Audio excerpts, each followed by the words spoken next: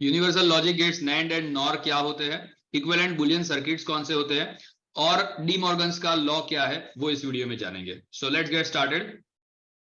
ये है हमारा और गेट। सो मैं यहाँ पे प्लस करता हूं और उसके आगे अगर हम नॉट गेट लगा देते हैं तो ये जो कॉम्बिनेशन है इसको बोला जाता है नॉट ऑफ और। राइट, ये क्या है, नॉट ऑफ और नॉट ऑफ और को ही क्या नाम दे दिया गया है, नॉर गेट। राइट, सो ये नॉर गेट का हम एक ट्रूथ टेबल बनाएंगे, पर उससे पहले उसका एक सिंबल देख लेते हैं। ये है सिंबल नॉर गेट का। सो इसके अंदर सिंपली और गेट जैसा ही दिख रहा है, पर उसमें नॉट का ये जो बबल है वो उसके आगे लगा दिया गया है। राइट, सो अगर मैं इसके इनपुट्स को नाम दे दूं ए और बी एज यूजुअल, और उसके आउटपुट को मैं नाम दूं वाई, बट बिफोर दैट कि हम उसका फाइनल ट्रूथ टेबल देखें, हम उसका ट्रूथ टेबल डिराइव करेंगे by having A and B. तो ये जो मिलेगा, ये मिलेगा हमें ए और बी का, ए और B, right, like this A plus B, तो जिसको हम ए और बी भी बोलते हैं, और ये उसका नॉट है। सो हम इस आउटपुट को इस तरीके से भी लिख सकते हैं, अगर हम उसका बुलियन एक्सप्रेशन डिराइव करें तो that is A plus B whole bar, या फिर अगर आप डैश नोटेशन यूज करते हो तो it will be written like this A plus B bracket में और ब्रैकेट का डैश। सो चलो देखते हैं कि ये किस तरीके से हम उसका बुलियन एक्सप्रेशन डिराइव कर पाते हैं।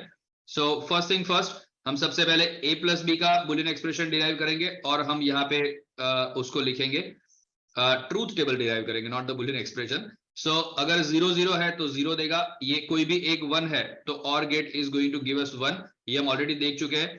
बाय द वे ये एक प्लेलिस्ट का सीरीज का एक वीडियो है। सो अगर आप प्लेलिस्ट को फॉलो करना चाहते हो तो मैं जो है आई बटन पे वो प्लेलिस्ट का लिंक जो है वो रख देता हूं, सो आप उसको एक्सेस कर सकते हो। और अगर अब मैं ये ए और बी का नॉर के लिए उनका जो नॉट है वो अगर फाइंड करता हूं, तो I should write like this A plus B और उसका होल बार, और उसके लिए यहाँ पे 0 है तो ये 1 हो जाएगा, और बाकी 3 जगह पे वो 1 है उसकी जगह 0 हो जाएगा। Right, so this is the truth table for NOR gate. तो अगर हम ये इंटरमीडिएट कॉलम को अगर रिमूव कर देते हैं तो जो हमें फाइनल ट्रूथ टेबल मिलेगा that is the truth table for NOR gate. अब ये नॉर और दूसरा जो नैंड है वो बहुत ज्यादा यूज होते हैं, so we are going to talk about NAND gate now. तो let me go to the next slide.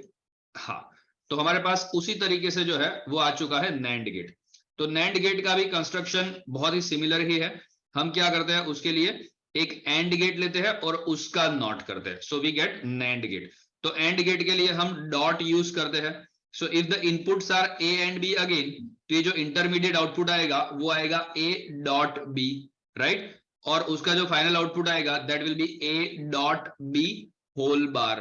Okay, so ये उसका बुलियन एक्सप्रेशन होगा। सो अगर मैं इसको ए बोलता हूं, इसको बी बोलता हूं, और मेरे आउटपुट को वाई बोलता हूं, तो Y is going to be A dot B bar. और जरा देखो उसका सिंबल भी एकदम सिमिलर तरीके से डिराइव किया गया है, एंड का वैसे ही रखा गया है, और नॉट का जो बबल है वो आगे लगाया गया है। So this is not of AND, in short आप उसको बोल सकते हो NAND, and this is the symbol for NAND gate. चलो उसका ट्रूथ टेबल फटाफट से डिराइव करते हैं। तो पहले मैं ये इंटरमीडिएट वाला जो है ए डॉट बी, उसका ट्रूथ टेबल बनाऊंगा यहाँ पे, that is A dot B. So dot मतलब एंड, वो तभी 1 होगा जब दोनों की दोनों इनपुट जो है वो 1 हो गए। So only in the last one it is going to be 1, बाकी के तीनों में वो 0 ही रहने वाला है। और हमें क्या करना है, उसका नॉट करना है। सो हम यहाँ पे लिखेंगे ए डॉट बी, उसका not. So that is going to be एकदम इसका उल्टा। सो जहां पे वो 0 है वहां पे 1, और जहां पे वो 1 है वहां पे 0। So this is the truth table of NAND gate. तो ये नैंड गेट का सिंबल है, ये नैंड गेट का ट्रूथ टेबल है। ऑब्वियसली हमें ये इंटरमीडिएट आउटपुट की अभी जरूरत नहीं है, so we may remove it, जो कि मैं आपको नेक्स्ट स्लाइड्स के अंदर करवाने वाला हूं। बट अभी हम देखते हैं एक इंटरेस्टिंग कॉन्सिक्वेंस। अगर मैं यहाँ पे नॉर गेट का ट्रूथ टेबल आपको फिर से लिखवाऊं, right, so the NOR gate का ट्रूथ टेबल जो है वो कुछ इस तरीके से आएगा, ये 1 0 0। So this is NOR gate. तो मैं यहाँ पे लिखूंगा ए प्लस बी, क्योंकि नॉट ऑफ और उसका बार। तो उसका ट्रूथ टेबल ये है जो हमने लास्ट स्लाइड के अंदर देखा, it is the same truth table. अगर अब मैं एक काम करूं कि वो नॉर, मतलब मैंने क्या किया था नॉर के लिए, मैंने बनाया था एक और बनाया था, दिस वाज एन और गेट ऐसा कुछ, और उसके आगे मैंने नॉट बनाया था। तो मैंने ये सर्किट का यूज किया था। So this is A, this is B, and this is my output Y. अब मैं क्या करता हूं, मैं एक दूसरी लॉजिक सर्किट बनाता हूं जिसमें मैं ए का नॉट करता हूं, बी का नॉट करता हूं, so this is going to be A bar, this is going to be B bar, और मैं उन दोनों का एंड कर देता हूं। इस तरीके का जो एंड गेट है उसको बबल्ड एंड गेट बोला जाता है। क्यों? क्योंकि उसके बाद में नॉट नहीं है, उसके पहले नॉट है। तो जैसे नैंड के सिंबल में हमने बाद में यहाँ पे बबल लगाया था, उसकी जगह यहाँ इनपुट में 2 बबल है। सो इसका जो सिंबल जो होता है बबल्ड एंड गेट का, वो इस तरीके से होता है, जैसे ये इनपुट हुआ, फिर बबल, ये दूसरा इनपुट, फिर बबल, और then there is AND gate like this. इसलिए उसको बबल्ड एंड गेट भी बोला जाता है। वेल, बबल्ड एंड गेट क्या है वो हमारा अभी का टॉपिक नहीं है। हमारा अभी का जो टॉपिक है वो है इस सर्किट का ट्रूथ टेबल बनाना। So let's get truth table of this circuit. तो इसमें ए बार और बी बार यूज हुए, so I need to write here A bar और यहाँ पे बी बार, और फिर ये क्या है, उन दोनों का डॉट, एंड है ना, तो डॉट मतलब this is A bar dot B bar. पहले तो हम ए बार करते हैं, तो जहां ए 0 है वहां ए बार 1, यहाँ पे भी ए बार 1, यहाँ ए 1 है वहां ए बार 0। सेम विथ बी बार, जहां बी 0 है वहां बी बार 1, और जहां बी 1 है वहां बी बार 0। सो यहाँ 0, सो यहाँ 1 1 तो 0।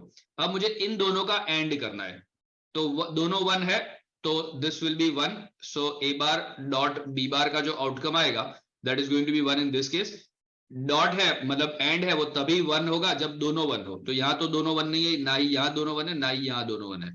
सो इन तीनों में वो आउटपुट क्या रहेगा, same. Now if you see carefully, तो there is an interesting consequence कि ये जो आउटपुट आया आपका, ये आउटपुट और ये आउटपुट एकदम सेम मैच कर रहे हैं। देखो जरा ध्यान से, अगर ए और बी 0 0 है तब आउटपुट 1 देता है। इसमें भी ए और बी दोनों जब 0 0 है तो आउटपुट क्या देता है, 1। And rest of all cases में वो आउटपुट क्या देता है, 0। Just like here, rest of all cases में आउटपुट क्या देता है, 0। सो सरप्राइजिंगली ये दोनों सर्किट का आउटपुट बिहेवियर तो सेम ही है। So we can say that these two are equivalent circuits. ये दोनों कैसे सर्किट्स है, इक्विवेलेंट सर्किट। उसका मतलब क्या हुआ, उसका मतलब ये हुआ कि यहाँ पे ये जो 3 गेट आपने यूज किए, एक ये नॉट गेट, दूसरा नॉट गेट और एक एंड गेट, उसकी जगह वो ही काम करने वाला सर्किट आप सिर्फ 2 गेट यूज करके भी बना सकते हो। So this is used to simplify your logic circuit. आपके लॉजिक सर्किट को सिंप्लीफाई करने के लिए इस तरीके से हम छोटी सी लॉजिक सर्किट लिख के वो ही काम कर सकते हैं, राइट। तो अब ये तो था लॉजिक सर्किट का काम, but same way I can also say कि ये बुलियन एक्सप्रेशन और ये बुलियन एक्सप्रेशन दोनों भी इक्विवेलेंट बुलियन एक्सप्रेशन है। So I can write it this way कि भैया जो ऐसा है ना, a प्लस बी पूरे का बार था, this is the a plus B whole bar, that is equivalent to a bar dot b bar, a bar dot b bar. Now in some colleges they use this normal equal to sign for equivalent, कुछ colleges में triple bar भी use होता है। So even कुछ reference book में भी ये दोनों तरीके के सिंबल्स जो है वो यूज होते हैं। सो चेक आउट कि आपके कॉलेज में क्या यूज होता है। नॉर्मल इक्वल टू यूज होता है तो वो यूज करो, अगर ट्रिपल इक्वल टू यूज होता है दैट इज इक्विवेलेंट का सिंबल वही होता है। सो ये एक जो है ना, हमें एक फॉर्मूला मिल गया। तो अब कभी भी किसी भी लॉजिक सर्किट के अंदर उसके बुलियन एक्सप्रेशन में अगर हमें a plus B whole bar दिख गया तो we can change it to a bar dot b bar, या फिर उल्टा अगर करना चाहे तो हम उल्टा भी कर सकते हैं, बराबर। जैसे अगर ऐसा कोई सिंबल दिया गया है a बार डॉट b बार और हमें उसको नॉर गेट से रिप्लेस करना है तो we can make it a plus B whole bar, right. तो आप दोनों तरीके से कन्वर्जन कर सकते हो। अब क्या हुआ कि इसको एक नाम दे दिया गया and that is called D Morgan's law. D Morgan's, well this is called first law, है ना, इसको बोला जाता है डी मॉर्गन्स लॉ। इसको याद कैसे रखते हैं, बहुत आसान है। आप उसको ऐसे याद रख सकते हो कि जैसे ये a plus B whole bar है, तो सबसे ये पहले ये बार जो है ना वो a के ऊपर लगेगा, उसको बना देगा a बार। फिर ये बार जो है वो प्लस के ऊपर लगेगा, उसको बना देगा डॉट। और फिर ये जो बार है वो b के ऊपर लगेगा, उसको बना देगा b बार, है ना। और अगर आप डैश नोटेशन यूज करते हो it goes the same way, even ज्यादा समझ में आएगा डैश नोटेशन से। अगर मैं a plus B whole dash लिखता हूं the same thing will be written like this.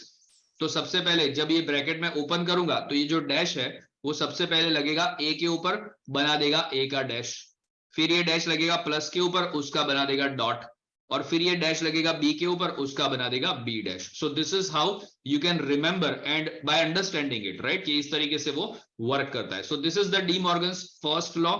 और ऐसे बहुत सारे लॉज जो है आने वाले वीडियोस में हम देखने वाले हैं, सो स्टे ट्यून्ड.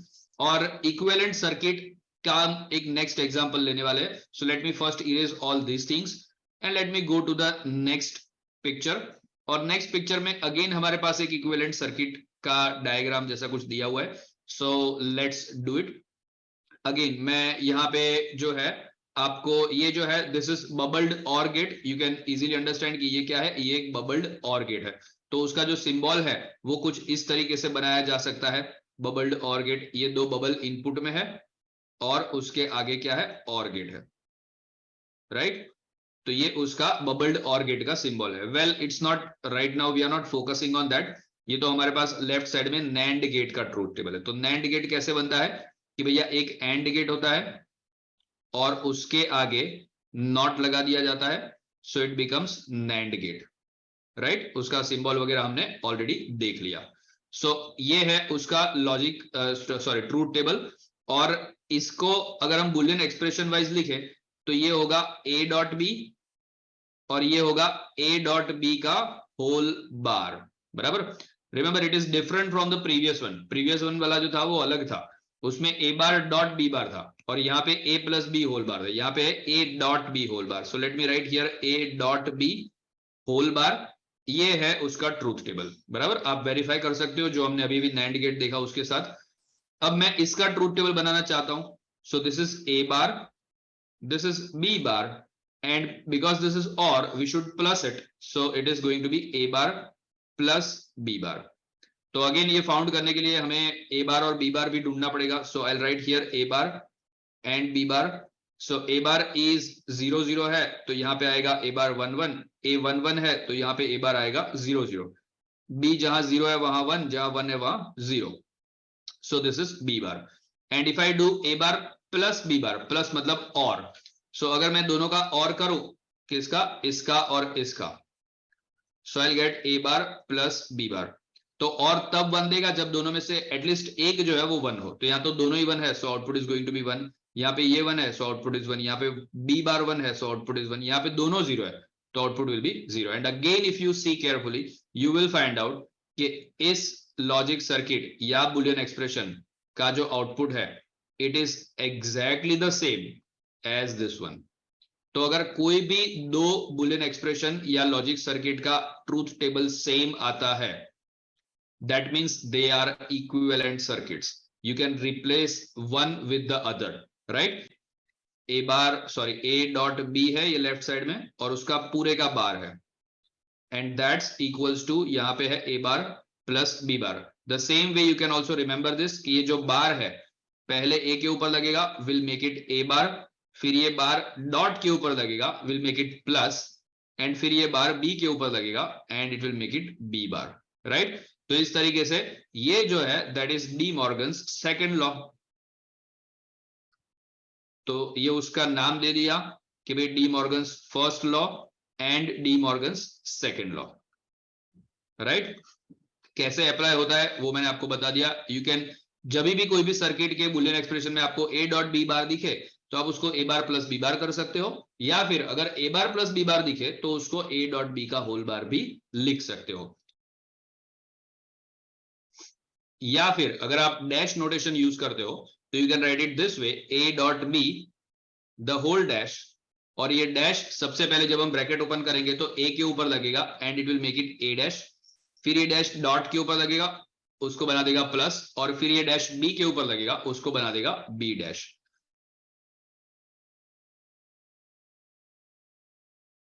हम नेक्स्ट वीडियो में देखने वाले हैं कि ये नैंड गेट और नॉर गेट को यूनिवर्सल लॉजिक गेट्स क्यों कहते हैं. So stay tuned. अगर यहां तक वीडियो देख चुके हो तो प्लीज लाइक कर दीजिए, चैनल पे नए हो तो सब्सक्राइब करना मत भूलिएगा और बेल आइकन जरूर से दबाइए ताकि जब मैं ये टॉपिक कवर करने वाला वीडियो रिलीज करूं तो आपको सबसे पहले नोटिफिकेशन मिले. Thank you so much. Bye bye, take care.